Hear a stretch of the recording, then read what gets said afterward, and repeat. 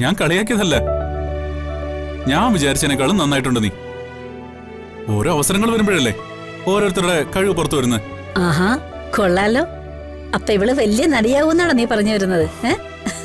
അങ്ങനെ ആവുമെങ്കിൽ ആവട്ടെ. നാളെ വലിയൊരു നടിയുടെ അമ്മയാണെന്ന് അമ്മയ്ക്ക് പറഞ്ഞ് അഭിമാനിച്ചൂടെ? അയ്യോ, എനിക്കൊന്നും വേണ്ടേ. ഇപ്പൊ ഞാൻ ഇത്രയും മക്കളുടെ അമ്മയാ. ആ അമ്മയുടെ സ്ഥാനം മാത്രം മതി എനിക്ക്. അല്ലാതെ വലിയ താരത്തിന്റെ അമ്മയൊന്നും എനിക്ക് ആവണ്ടേ.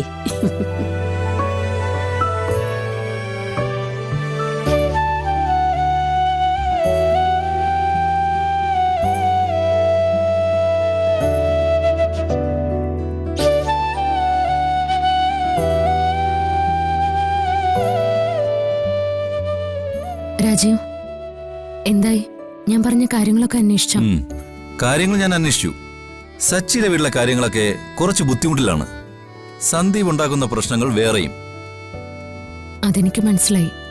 അവനിപ്പോ അവന്തികയുടെ കൂടെയാണല്ലോ. സച്ചേട്ടൻ, രാജീവ് എന്നോടൊന്നും മറച്ചു വെക്കരുത്. എന്നെ സഹായിക്കാന്ന് രാജീവ് എനിക്ക് വാക്ക് തന്നതാ. അർച്ചനയ്ക്ക് എന്നെ സംശയമുണ്ടോ? ഗോകുലിനോടും ഗൗരിമോളോടും ഒപ്പം അർച്ചന എന്ന് ഈ വീട്ടിലുണ്ടാകണമെന്നാണ് എന്റെ ആഗ്രഹം. പക്ഷെ അർച്ചനയെ സഹായിക്കാന്ന് പറഞ്ഞ വാക്കിനെ ഒരു മാറ്റവും വരുത്തില്ല. പഴയ പോലെയല്ല സച്ചിയുടെ ഇപ്പോഴത്തെ ജീവിതം. അതില് ചില മാറ്റങ്ങളൊക്കെ ഉണ്ട്. എന്ത് മാറ്റങ്ങൾ? അർച്ചന ഉടനെ തന്നെ തിരികെ ചെല്ലുമെന്ന് അയാൾക്ക് നല്ല പ്രതീക്ഷയുണ്ട്. കാര്യങ്ങളൊന്നും ഇതുവരെ അയാൾ വീട്ടിൽ തുറന്നു പറഞ്ഞിട്ടില്ല. പക്ഷേ ഏത് നിമിഷവും അത് പറയാം. ആതിരയുടെ കാര്യം? അർച്ചന പറഞ്ഞാൽ ശരിയാ.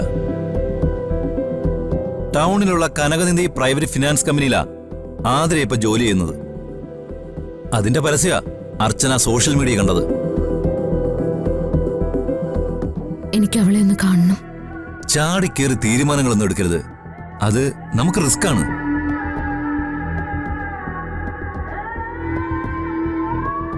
എന്തെങ്കിലും പിഴവ് പറ്റിയ നമ്മൾ സൂക്ഷിക്കുന്ന രഹസ്യം പിന്നെ പരസ്യമായെന്നും വരും. ഈശ്വര, പറയുന്ന കേട്ടില്ലേ? രഹസ്യം പരസ്യമാക്കും പോലും.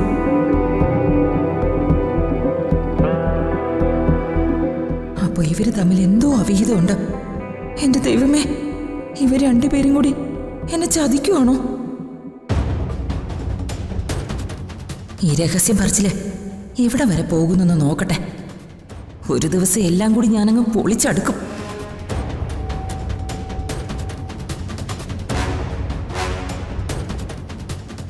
സമൃദ്ധ, ശിശിര നമ്മളെ ശ്രദ്ധിക്കുന്നുണ്ട്. അവക്കെന്തെങ്കിലും പ്രശ്നം ഉണ്ടാക്കാൻ ഇത് തന്നെ ധാരാളം.